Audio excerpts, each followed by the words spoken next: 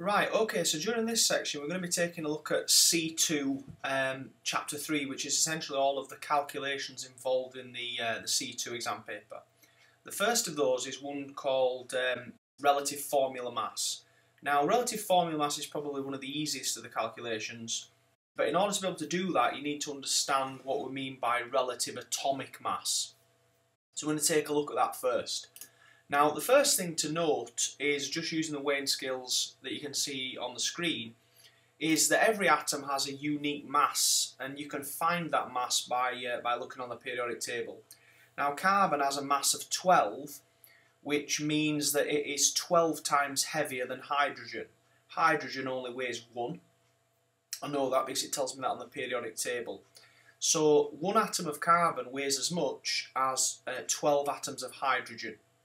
Now, as we move on, if we look at something like magnesium, magnesium has a mass of 24, so therefore by that logic the magnesium atom weighs as much as 2 carbon atoms. Now, you're not going to be expected to learn every single mass on the periodic table. You're not going to be expected to remember them all, and you'll be given them in the exam. The biggest problem you will have, and the biggest mistake that students make, is that when they look on their periodic table there are two numbers. The one that you're going to use for calculations is always the larger of them two numbers. In your periodic table in AQA, the mass number is wrote at the top and the atomic number is wrote at the bottom, but they can be wrote the other way around. The key point is the mass number is always the larger of those two numbers. So here are some example elements that you've got on the periodic table. Now, what we're going to do, we're going to match these up to the masses that you would find on the periodic table. Now, the golden rule with this calculation is making sure that you actually look on the periodic table and ensure that the symbol that you are picking has got exactly the same sort of letters as what you're trying to find. So, for example, with an element like molybdenum, capital M, lowercase o, there's no point going and trying to find the element with the symbol M and then looking for the element with a symbol capital O, because that's not correct. It's a capital M and a lowercase o, not an M and another O. So it's not oxygen with an M, it's MO, which is molybdenum, and that is absolutely essential, because if you get that wrong, you're going to end up trying to work out the mass of some things that don't exist. For example, on the periodic table, M doesn't exist. So it's important you find the right symbol by looking at the capital and lowercase letter very carefully. So we start off easily. We're going to look at helium first, which is a mass of 4, beryllium mass of 9, oxygen 16, calcium is 40, silver is 108, krypton is 84, and molybdenum is 96. Now, don't worry. I haven't just learnt all them off the top of my head. I've got a periodic table in front of me here, so that's what you're going to have in the exam, and that's what you would have to use to find the mass. Now, that bit is fairly easy, and there shouldn't be any problems finding those masses provided you look up the symbols correctly.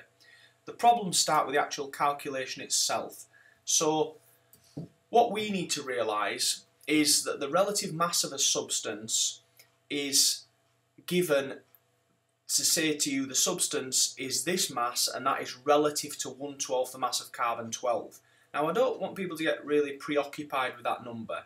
That's just the definition of what relative mass is.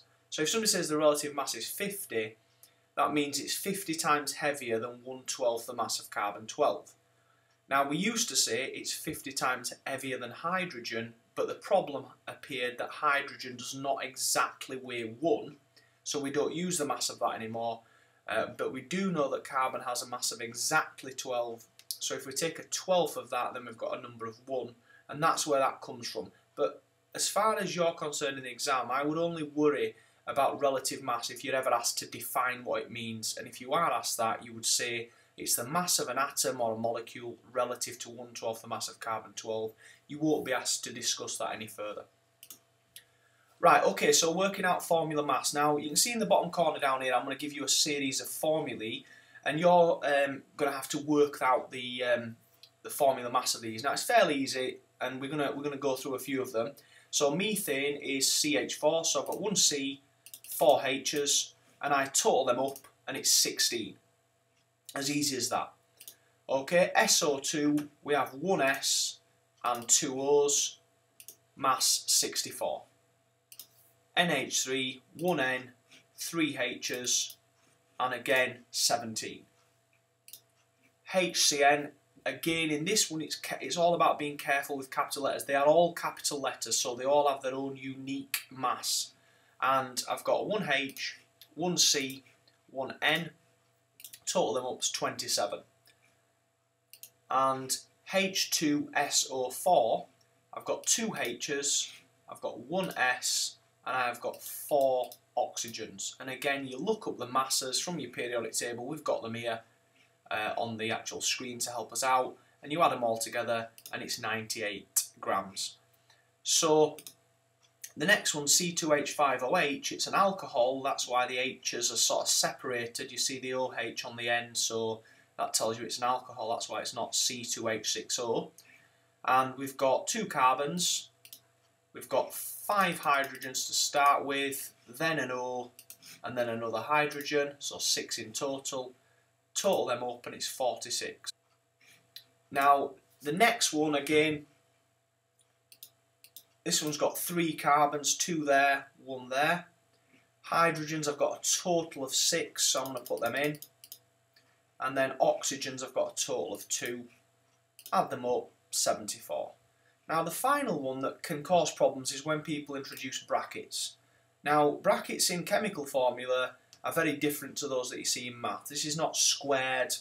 What this is saying is that everything inside that bracket is doubled because there's a 2 after the bracket. So what that's saying is I've got 2 N's and 8 hydrogens. Now the reason why I've got 8 is because 4 inside the bracket multiplied by the 2 gives me 8. And then sulfur, I've got 1 of them, and then a further 4 oxygens.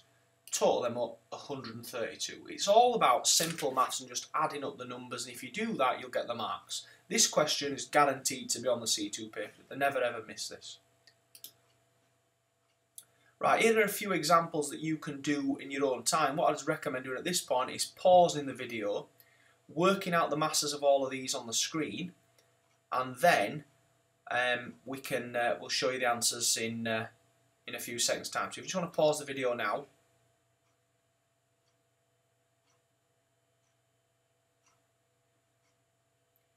Right, these are your answers, so hopefully you've sat down, worked these out, and you've got the correct answers using your periodic table. And if you've done all those correctly, then hopefully you understand relative formula mass, and we can move on to the next calculation.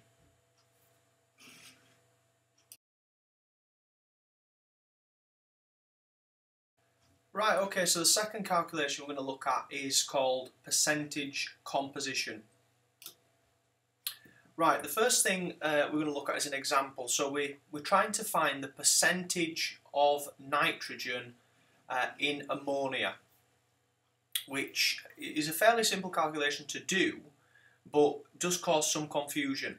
So the first thing we need to realise is we're trying to find how much nitrogen there is. So if you look at the NH3, the ammonia, you can see there's 1 nitrogen in there. So what we do is very, very straightforward.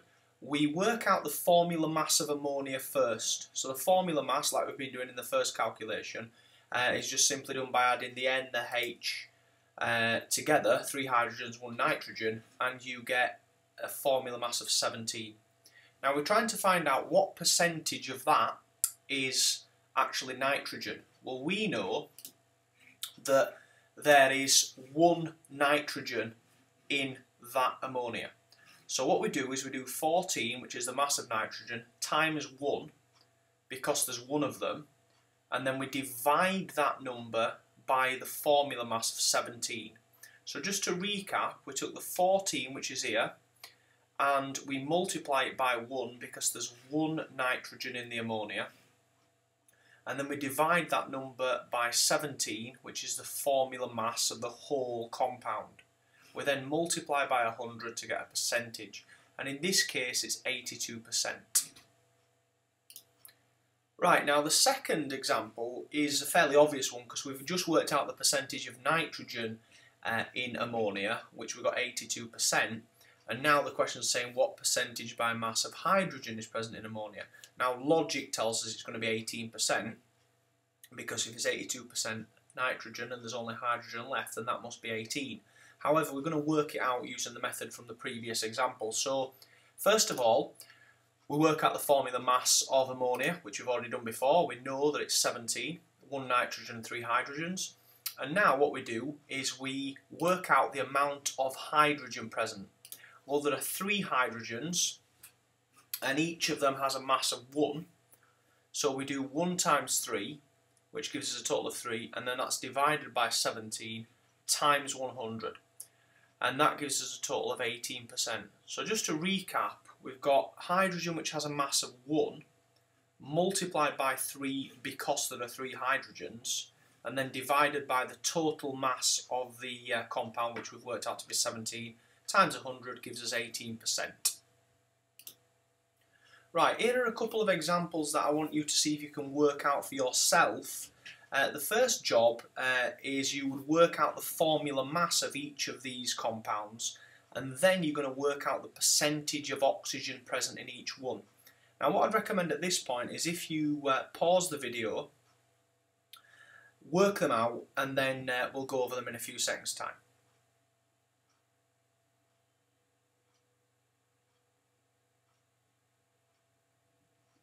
Right, hopefully you've had time to work them out, and we'll go through them one by one. So the formula mass of MgO is 40. 24 for the Mg plus 16 for oxygen equals 40. Again, get them numbers from the periodic table, they're given to me in the exam.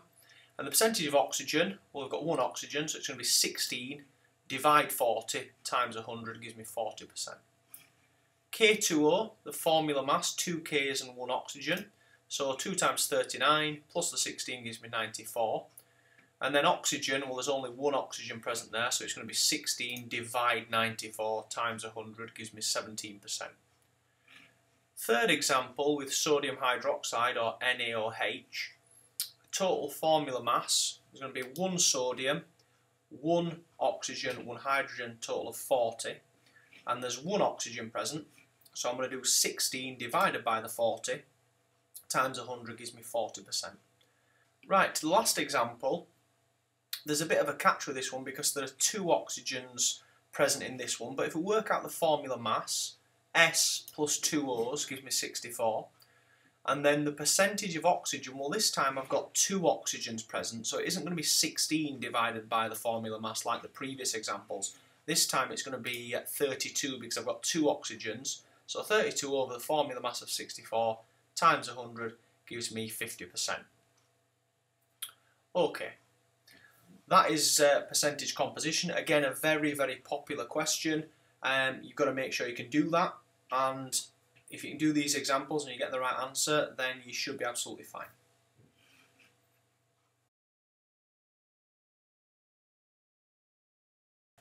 Right, the third calculation we've got to look at is one called reacting masses. This is quite a tricky calculation, and probably be in the exam for around about 2 to 3 marks, more than likely 3 marks. And what they'll ask you to do, they'll give you the mass of a substance that's present in an equation, and they'll ask you to work out the mass of something else that is also in that equation as well.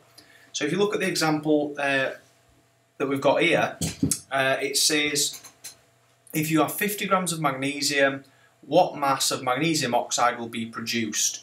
So I've got my equation where I've got magnesium plus oxygen gives my product magnesium oxide. So the examiner's told me I've got 50 grams of magnesium. So what I do, I'm trying to find out how much magnesium oxide I've got. So I do 50 divided by 2 mg. And the reason for that is because if you read the question, it says I've got 50 grams of magnesium, and that's why I've done 50 divided by the magnesium, which in this case is 2 mg. I then multiply that by what I'm trying to find out the mass of. So in this particular case, in green, it said find the mass of magnesium oxide that will be produced. So I've multiplied that by magnesium oxide, which is 2 MgO. So just to recap, I've got 50 grams of magnesium, so 50 divided by 2 mg, and then I'm going to times that by what I'm trying to find out the mass of, which is 2 MgO. before I can do any calculations, I need to work out exactly what 2mg is and exactly what 2mgo is. So over here on the right hand side, I've worked out 2mg, and that's 48, and I've also worked out 2mgo, which is 80. You've got to be very careful here, because in the second one, the 2mgo is not just 2mg and 1o, it's actually mgo times by 2, and that's why I've got the 80, because mg is 24, oxygen is 16, together they are 40, but because I've got two of them, it's 80. What I do then is easy. I just put the numbers in, so my 2mg that I had in my top equation is replaced by my 48, which I've got over on the right, and that goes on the bottom, and then I multiply that by the 2mgo, which is 80, and I've put that in there. So I put them numbers into my calculator, and the answer I get is 83.33 grams. It's all about setting the equation up at the start, making it easy to work out what's going on, but that all comes from reading the question carefully and knowing what you've got the mass of and what you're trying to work out. Just to recap, what you've got the mass of goes on the left, and how much mass you've got goes on the top, and then you multiply by the mass that you're trying to find out. So in this question, if he wanted me to find out what mass of oxygen would be needed, then I wouldn't have multiplied by 2mgo, I would have multiplied by O2 then, and that would have given me a different number. Right, so we're going to look at a second example. It's the same principle, the same idea. It says, if you have 24 grams of calcium carbonate, what mass of calcium oxide will be produced? So as given the equation in front of us is CaCO3 gives CaO plus CO2. So again, if we read the question in red, I've got 24 grams of calcium carbonate, so I've done 24 divided by CaCO3, and then I've multiplied it by calcium oxide because that's the masses given me to find out. And then over on the right hand side, I've worked out the formula mass of calcium carbonate, which is 100, and then I've worked out the formula mass of calcium oxide, which is 56. Then I substitute the values in to my equation, so I then get 24 divided by 100 times by the 56. I put them into my calculator, and it's given me 13.44 grams. So again, it's like the example before. It's a case of working through, putting the numbers in, and the golden rule is you always start off with the mass that you've been given divided by what that is of. So in this case, I've got 24 grams of calcium carbonate. That's why I've got 24 over calcium carbonate, and then I've multiplied it by the mass that I'm trying to find out, which is said in green is calcium oxide, so that's why it's been multiplied by calcium oxide. Again, if he asked me this question again and said, could you work out the mass of CO2, then I wouldn't have times by CaO, I would have times by CO2, and again that would have given me a different answer to the one I've got here. Right, now here we've got a couple of examples that you can try yourself. What I'd say is read through the question, and then if you pause the video, then you can work it out and see if you get the right answer. Okay, so if you pause the video now,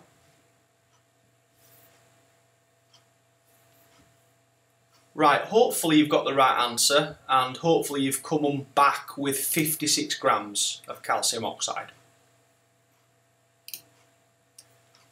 Right, here's another example. What mass of iodine would react with 24 grams of magnesium to make magnesium iodide?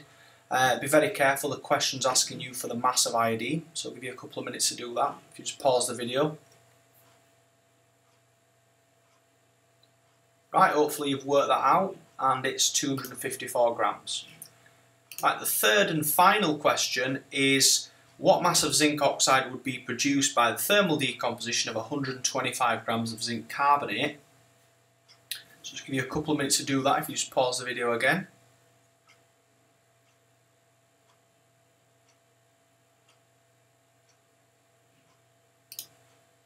Right, and hopefully you've got 81 grams for that one. Okay, so hopefully now you're in a position to be able to work out reacting masses using the sort of example that we set up. what I'd recommend is working through that until you thoroughly understand how to get these marks, because this is a question that will definitely be on the paper.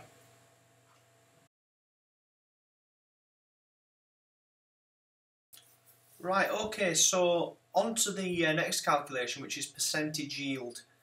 This does cause some confusion because when you were doing the calculation reacting masses previously, you were working out something called the theoretical mass or the theoretical yield. So you work it out and it says, okay, I've done a reaction, and this cracking looking chap on the screen has just said, I reacted copper sulfate solution with some iron. Using reacting masses, I worked out that the theoretical yield of the reaction was 50 grams of copper. So this is what we would be able to get if everything went perfectly well. In reality, you're not going to get anywhere near that. So what will happen is you'll get something else less than 50. So I lost some copper when I filtered the solution, and I ended up with 40 grams. What is the percentage yield of my reaction? So it's a fairly simple one. I expected to get 50, but I've only got 40. So to work out my yield, I just do percentage yield is actual yield divided by theoretical, and 40 divide 50 times 100 gives me 80% yield. Now the reason why you don't get 100% yield, and you never do, is because first and foremost, not all of the reactants will actually react, so there'll always be leftover reactants. The second reason is some of the product may be lost, like this young chap here has lost some of his product when he was filtering. And other reasons are that the reaction might be reversible and you might not get a 100% yield because of that reason. So they're all reasons why you don't get 100% yield. One of the golden rules in chemistry, if you do any calculation percentage yield wise, if you get a number above 100, then something's gone wrong. You will never ever get a number, a percentage in chemistry that is greater than 100%. Right, okay, we've got some examples here for you to try. Now what we're going to say is, if you want to have a look at the questions, pause the video, work out the answers to questions 1, 2 and 3, and then play the video and we'll reveal the answers.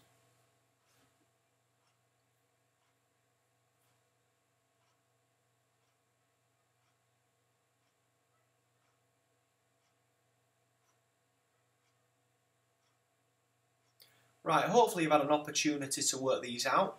So the first one is easy enough. You've got 450 tonnes and you were expecting to make 500, so you've got 90% yield.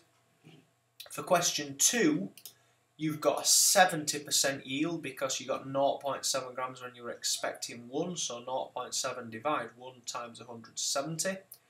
And then finally for number 3, we expected to get 40 grams, we only got 30 grams, therefore 30 divided by 40 times 100 gives us the 75%. So it's very, very important when you read the question number 3 that you put the right numbers in, because the teacher burned 24 grams of magnesium hoping to make 40 grams of magnesium oxide, but he actually produced 30 grams of the product. So the 24 grams of magnesium is really not relevant to the question because he's trying to make magnesium oxide. Therefore, the 40 grams is what he expected to make using his reactive masses calculations from earlier on in the video. But in reality, he's only got 30 grams, and therefore that gives him a 75% yield.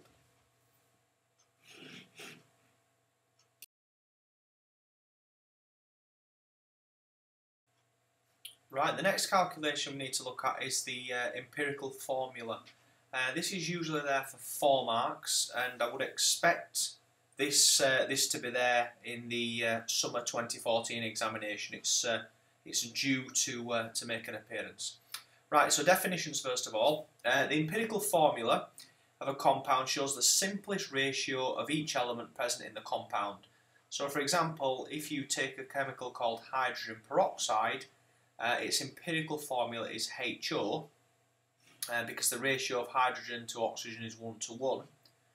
Now the molecular formula of a compound gives you the actual number of atoms of each element in a compound. So for hydrogen peroxide, its actual formula is H2O2 because there are 2 atoms of hydrogen and 2 atoms of oxygen in each molecule. So the empirical formula is just a simplified version to allow us to see the ratio of atoms that are present.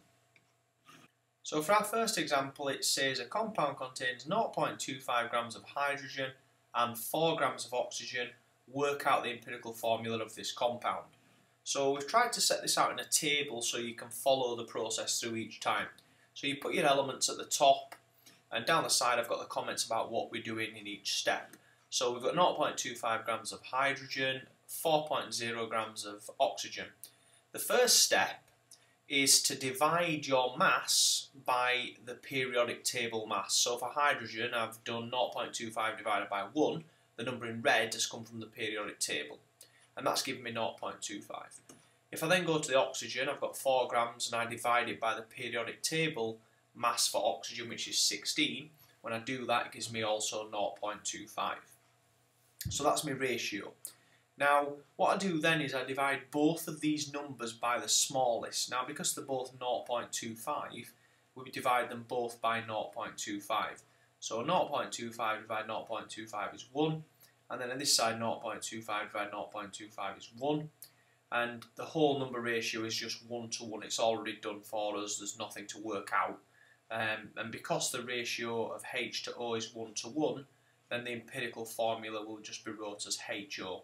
Now in the exam, it's essential when you've done all your working out that you actually write down the empirical formula for the examiner to give you the final mark out of the 4.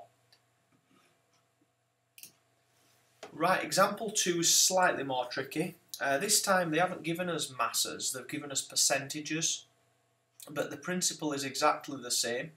You follow exactly the same methodology that we've done before, and hopefully you get the right answer. So I've wrote the percentages at the top, and I've got calcium 20%, bromine 80%, and I'm going to follow it through. Step 2, it says divide the masses by the periodic table mass. So I've got my 20% of calcium, I'm going to divide it by 40. Again, the 40 in red has come from the periodic table, it's given me 0.5. And then the 80% of bromine I'm going to divide by 80, which I've also got from the periodic table, and that 80 divided 80 is giving me 1. Now what I do then is I divide both of these numbers by the smallest. Now of course the smallest number is 0.5. So both of my numbers from step 2 are divided by 0.5 during step 3. So I do 0.5 divided 0.5 is 1, and then 1 divided 0.5 is 2. Find the smallest whole number ratio. Well, it's 1 to 2 because it's already a whole number, there's no decimals there, so I don't have to do anything fancy. So it's 1 to 2 for a ratio of calcium to bromine. Therefore my formula is CaBr2. Again, I've got to write the formula, and that will get me my final mark. I can't just leave the ratio on the page and expect the examiner to sort of figure it out for himself. I've got to give him the answer at the end. Right, example 3 is slightly trickier because there's 3 elements in this compound, but again there's no real problem because you just follow the same method through. So it says a compound contains 29.1% sodium, 40.5% sulfur and 30.4% oxygen. Work out the empirical formula of this compound. So again we write the table out, put our percentages at the top, and then as normal we divide the percentage by the mass in red, which we've got from the periodic table. And for the first one it's going to be 1.265. For the second one, the 32 came from the periodic table, the mass of sulfur. And I've done 40.5 divided by that 32 is giving me 1.265. And then for the oxygen, my 30.4% is divided by 16 from the periodic table to give me 1.9. Now these ones, I then divide them all by the smallest number. Now the smallest number is 1.265, so all of these numbers then get divided by 1.265. And in the first one, 1.265 over 1.265 is 1. It's the same again for sulfur. And then for oxygen, it's 1.9 divided by 1.265, which has given me 1.50. Now I've highlighted that in green because what happens here is a lot of students think, alright, I can just round that up to 2 now because it's easy enough to do that. You can't, unfortunately. You can only round up, and I've wrote this down here to remind you, you can only round at this stage during step 3, you can only round up if the number is above 0.9 or below 0.1. For example, if you had 1.96, then it's safe to round it up to 2. If you had 2.05, you could round it down to 2. But in this case, because it's 1.5, I can't just round that up. So what I have to do is I have to use my mathematical skills to say, right, I need to make all of these numbers whole numbers. And the best way to do that is just by doubling all of them. Because if I double 1.50, it gives me 3, which is a whole number. So then whatever I've done to this one, I have to do the same to the other 2. So I double everything, and my ratio whole number is 2 to 2 to 3. What you get a lot of people doing is they will write NaS and then O 1.5, and of course you can't write that in a formula because you can only use whole numbers. So my actual whole number ratio of sodium to sulfur to oxygen is 2 to 2 to 3, and then I write my empirical formula as Na2S2O3, and of course that gets me my final mark. So these bits here, these are the ones that cause problems. But in the exam, it doesn't really pay to get overly confused about that. I mean, if you get down to step 3, you've already got 2 out of 4 marks. Provided you can negotiate this, it might be a nice, easy one. But if it's a tricky one like this, then you just got to make sure you get the numbers to be whole numbers. And remember the golden rule, you can only round if it's above 0.9 or below 0.1. Otherwise, you've got to multiply them until you find the whole number that's present.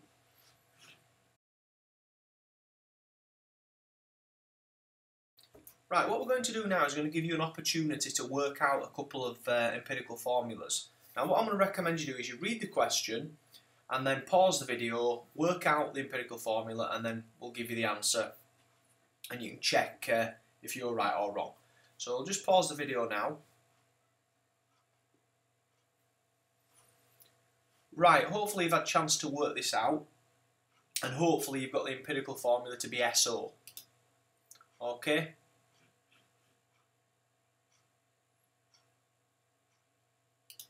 Right, question 2. Again, this one's got 3 elements present. So if you just want to pause the video and work this one out.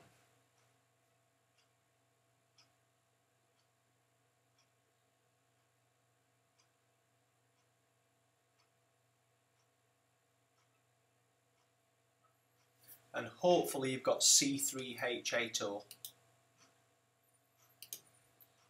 Right, question 3, again, is another empirical formula using percentages this time, so if you just want to pause the video.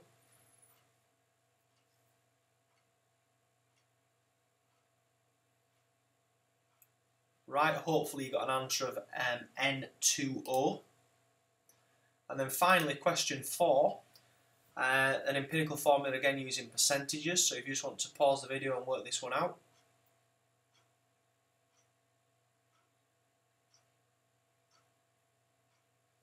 Right, and hopefully you've got CH2 as the answer.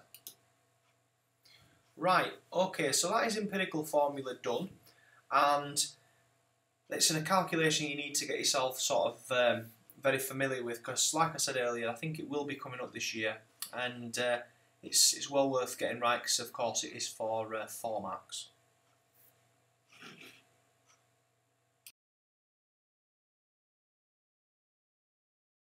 Right, the next section is to look at reversible reactions. Now, during Unit C2, you only need to have a very basic understanding of reversible reactions.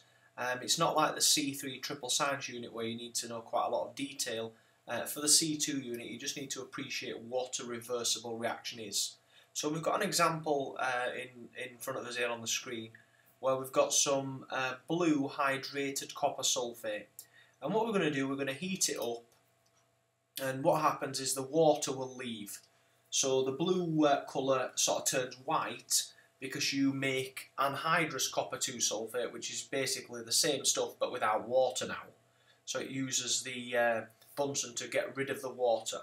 Now if I want to get the blue substance back, all I do is I get some water and I just add that to the crystals and they will go back blue again.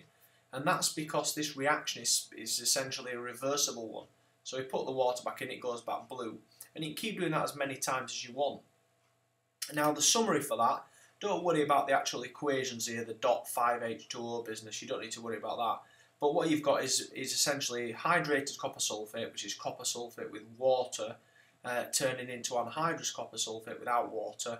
And what the symbol here indicates is that the reaction is reversible. So not only can we turn hydrated copper sulfate into anhydrous copper sulfate and water, but these two products can then turn back into the hydrated copper sulfate. And that's what we mean by a reversible reaction. It's just a reaction in which the products can break back down and form the original reactants, and so on and so forth.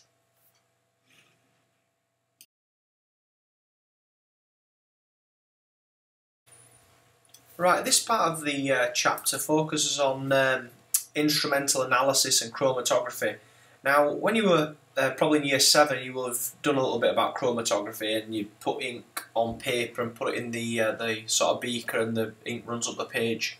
And the reason why you do this is to try and find out what is present in an unknown sample. So, if you look at the chromatography paper on the right hand side of the screen, you've got a mixture that has been analysed, and then a series of compounds that you think that may be present in that mixture.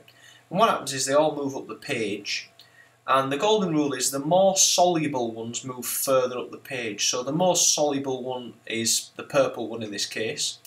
And what you can see from the mixture, hopefully by reading across, the mixture contains dye number 5 and dye number 3. Now, you can tell that because the mixture has got a yellow blob that's gone exactly the same height as number 5 and a green blob that's gone exactly the same height as number 3. It's also conclusive that we haven't got any of 1, 2, 4 or 6 in the mixture. So the mixture is clear of those. Why would this be used? It'd be used things like drug testing. So athletes will be tested. They'd put known drugs on the chromatography plate and see if the athlete's urine sample matched up to those known drugs. Right, the next type of chromatography that you need to know is gas-liquid chromatography. Now, the purpose of this is to separate compounds, and it's useful to do that for further. Maybe you've made something, you've got impurities in there, and you want to separate this out using chromatography. This machine will allow you to do that. So we'll go through how it works. First of all, to start off with, you've got a big oven that contains a capillary tube coiled up inside it. So that is sort of a close-up shot of your capillary tube, and that capillary tube is where the separation takes place, and the oven keeps things nice and warm.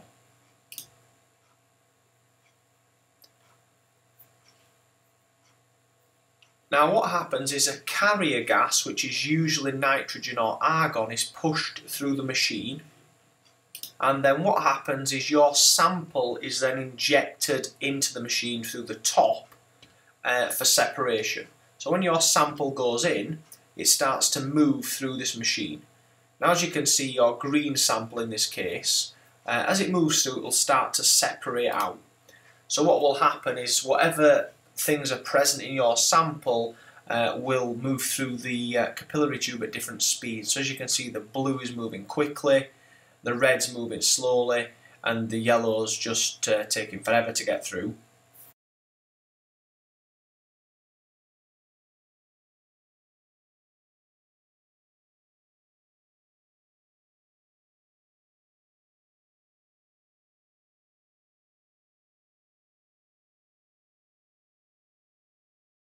And this process allows you to separate the substances that are present in your mixture, and then you can sort of purify out your mixture to do further analysis on it.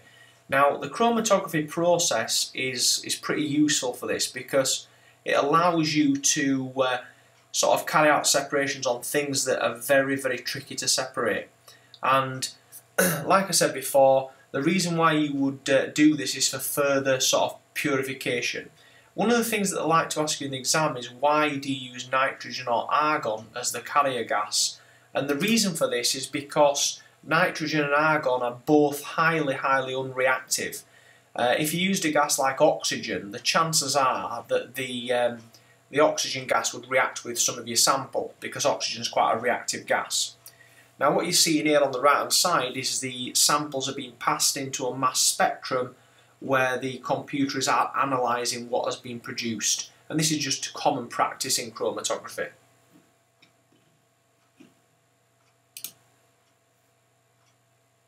Right, the final bit would be just to check that what you have got on the computer is actually what was originally thought to be present in your sample.